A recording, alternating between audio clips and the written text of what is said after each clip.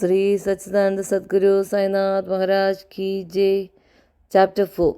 In the last chapter, I described the circumstances which led me to write Sai Satcharitha. Let me now describe the first advent of Sai Baba in Shirdi.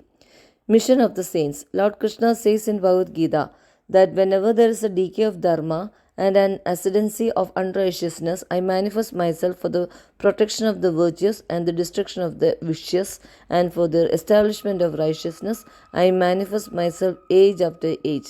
This is the mission of the Lord and the sages and saints who are his representatives and who appear at appropriate times and work in their own way to fulfill that mission. For instance, when the twice born, that is, the Brahmin, the Kshatriyas, and the Vaishyas neglect their duties, and when the Shudras try to observe the duties of other classes, when spiritual preceptors are not respected but humiliated, when nobody cares for religion's instructions, when everybody thinks himself very learned, when people begin to partake of forbidden foods and intoxicating drinks, when under the cloak of religious people indulge in malpractices, when people belonging to different sects fight amongst themselves, when Brahmins fail to do Sandhya adoration and the Orthodox leave their religious practices, when yogis neglect their meditation, when people begin to think that wealth, progeny, wife are their sole concern and thus turn away from the true path of salvation, then saints appear and try to set matters right by their words and action. They serve us as beacon lights and show us the path and the right way for us to follow. In this way, many saints, namely Nivrti, Dhyanadev, Muktabai, Namadev, Gora, Gonai, Eganath, Tukaram, Narahari, Narashibai, Sajan Kasai, Savada, Ramadas, and various other did appear at various times to show the right path to the people, and so the present and advent came as Sai Baba of Shirdi. Shirdi, a holy tirth. The banks of the Godavari river in the Ahmednagar district are very fortunate, for they have gave birth and refuge to many a saint, prominent amongst them being the Daneshwar. Shirdi also falls in the Kopargaon Taluka or the Ahmednagar district. After crossing the Godavari river at Kopargaon, one gets on way to Shirdi. When you go 3 kilometers, you come to Nigamon, from where Shirdi is visible. Shirdi is as famous and well known as other holy places like Gangapur, Nirshinwadi, Aundabar on the banks of Krishna rivers. As the devotee Damoji flourished and blessed Mangalveda near Pantarpur, and Samartha Ramadas at Sajjangat, and Sri Nirasimha Saraswati at Saraswati Wadi, so Sainath flourished at Shirdi and blessed it. Personality of Sai Baba. It is on account of Sri Sai Baba that Shirdi grew into importance. Let us see what sort of a personage Sai Baba was. He conquered this samsar, worldly existence, which is very difficult and hard to cross. Peace of mental calm was his ornament, and he was the repository of wisdom. He was the home of Vaishnava devotees, most generous like Karna, almost amongst all the quintessence of all essences. He had no love for perishable things and was always engrossed in self-realization, which was his whole concern. He felt no pleasure in the things of this world or the world beyond. His andarang heart was as clear as a mirror, and his speech always rained nectar. The rich or poor people were the same to him. He neither knew nor cared for honor or dishonor. He was the Lord of all beings. He spoke freely and mixed with all people, watched the acting and dances of notched girls, and heard ghazal songs. Still he swerved not an inch from samadhi. The name of the Allah was always on his lips. While the world awoke, he slept, and while the world slept, he was vigilant. His inner self was as calm as the deep sea. His ashram could not be determined, nor his actions could be definitely determined, and though he sat in one place. He knew all the transactions of the world. His darbar was imposing. He told hundreds of stories daily. Still he swerved not an inch from his vow of silence. He always leaned against the wall in the masjid or walked morning, noon and evening towards Lendi and Chavadi. Still he at all times abided in the self. Though Siddha, he acted like a sadhaka. He was meek, humble and egoless, and pleased all. Such was Sai Baba, and as the soil of Shirdi was trodden by Sai Baba's feet, it attained extraordinary importance. As Daneshwar elevated Alandi Eganath did to Python, so Sai Baba raised Shirdi. Blessed are the grass leaves and stones of Shirdi, for they could kiss the holy feet of Sai Baba and take his dust on their heads. Shirdi became to us devotees Ananda, Pandapur, Jagannath, Dwaraka, Benares, and Rameshwar. Badrigedar, Nasik, Triambakeshwar, Ujjain, and Mahakaleshwar or Mahabaleshwar, Gokarn. Contact of Sai Baba in Shirdi was like our study of Veda and Tantra. It questioned our sansar and rendered self realization. The darshan of Sri Sai was our yoga sadhana, and talking with him removed our sins. Shampooing his legs was our bath in Triveni Prayag, and drinking the holy water of his feet destroyed our sins. To us, his commands were Vedas, and accepting eating his udi, sacred ashes, and prasad was all purifying. He was our Sri Krishna and Sri Ram, who gave us solace, and he was our Parabrahma, absolute reality.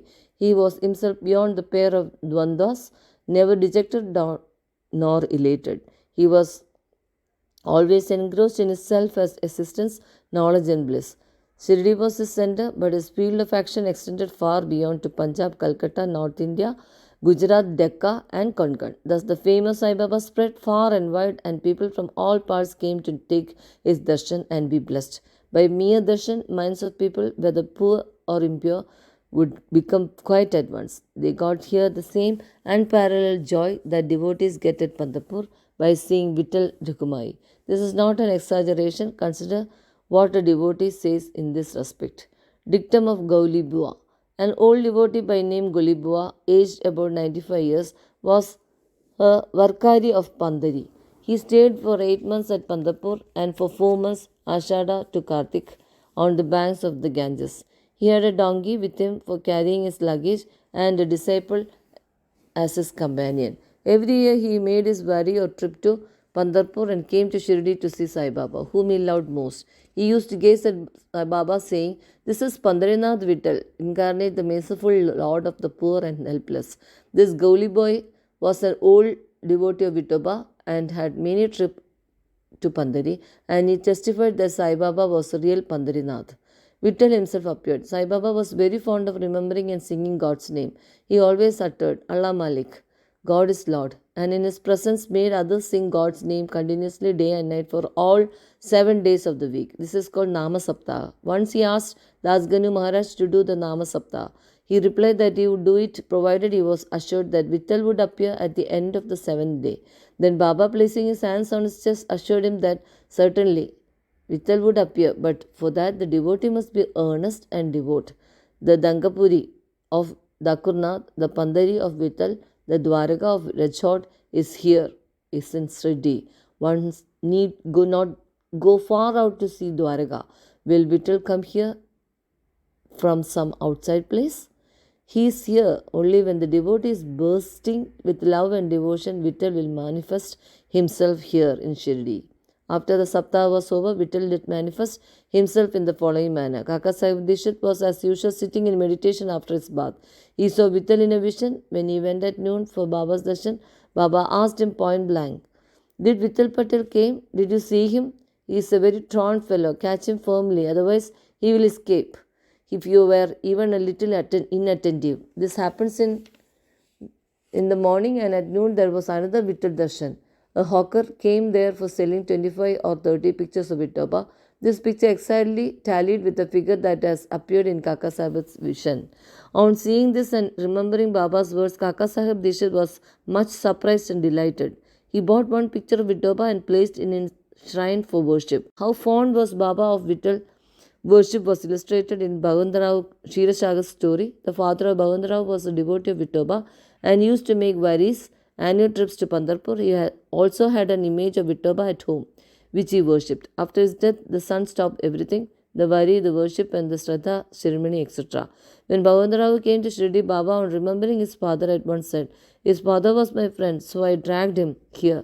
He never offered Naivedya, offering of food, and so he starved Vittal and me, so I brought him here. I shall remonstrate with him now and set him to Dasganu's bath in Prayag." The Hindus think that a bath in the holy Tirth of Prayag, where the Ganga and Yamuna meet, is very meritorious, and thousands of pilgrims go there periodically to have the sacred bath there.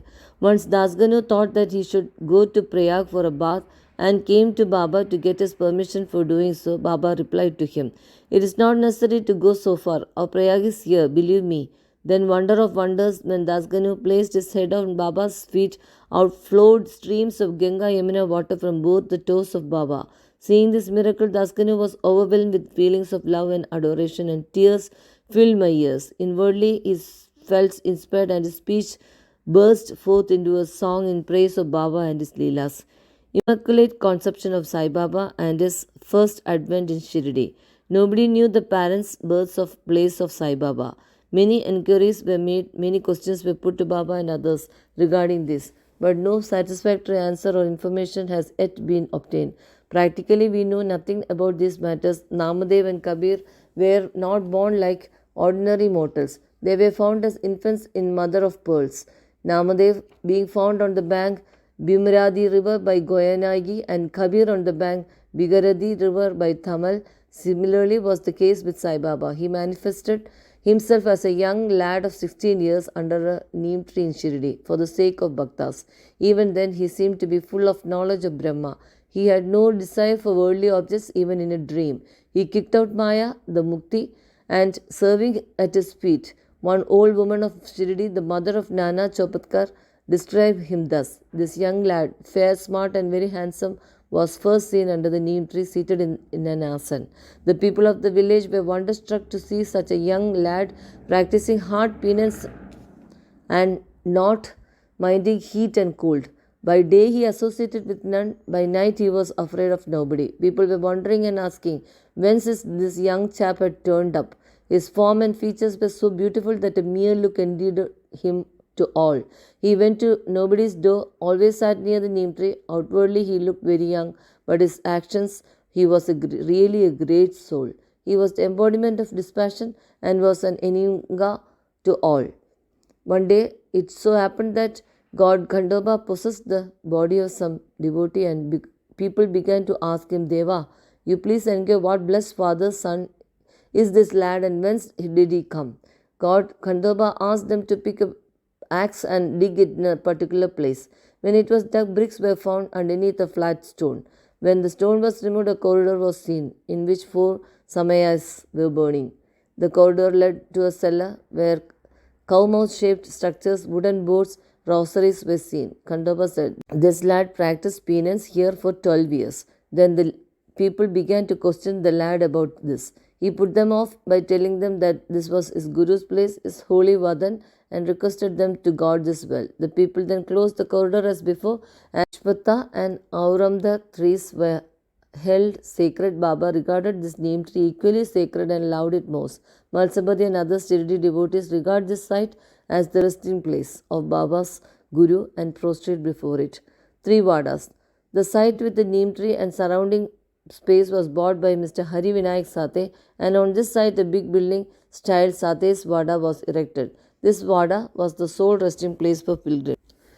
He who flocked there, platform was built around the neem tree and lofts with steps were constructed. Under the steps there is a niche facing south, and devotees sit on the platform facing north. It is believed that he who burns incense there on Thursday and Friday evenings will get God's grace and be happy. This Vada was old and dilapidated and needed repairs. The necessary repairs, additions, and alterations had been made now by the Sansthan. Then, after some years, another Vada, Dikshit Vada, was constructed. Kaka Sahib Dikshit, solicitor of Mumbai, had gone to England. He had injured his legs in an accident there. The injury could not be got rid of by any means. Nana Sahib Chandrakar advised him to see Sai Baba, so he went to Sai Baba in 1909 and requested him to cure the lameness of his mind rather than that of his leg. He was so much pleased with the darshan of Sai Baba that he decided to reside in Shirdi. So he built a Vada for himself and other devotees. The foundation of this building was laid on 10 December 1910. On this day, 2 other important events took place. 1. Mr. Dada Sahib Kambarte was given permission to return home, and 2. The night arati at the Chavadi was started. The Vada was completed and was inhabited on the Ramanavami day in 1911 with due rites and formalities. 3. Then another Vada or palatial mansion was put up by the famous millionaire Mr. Booty of Nagpur. A lot of money was spent on this building, but it was all well utilized as Sai Baba's body is resting in this Vada, which is now called the Samadhi Mandir. The site of the Mandir formerly had a garden which was watered and looked after by Baba. Three Vadas thus came up where there were none formerly of this Sadevada was most useful to all in the early days. The story of the garden, which was attended by Sai Baba with the help of Vaman Tatya, the temporary absence of Sai Baba from Shirdi and his coming again to Shirdi with the marriage party of Chand Patel, the company of Devidas, Janagidas, and Gangadir, Baba's wrestling match with Mohidin Tamboli residing in the masjid, love of Mr. Dangle, and other devotees and other incidents will be described in the next chapter. Both to Sri Sai. Peace be to all. Sri Satchidananda Sadguru Sainath Maharaj Ki Jai.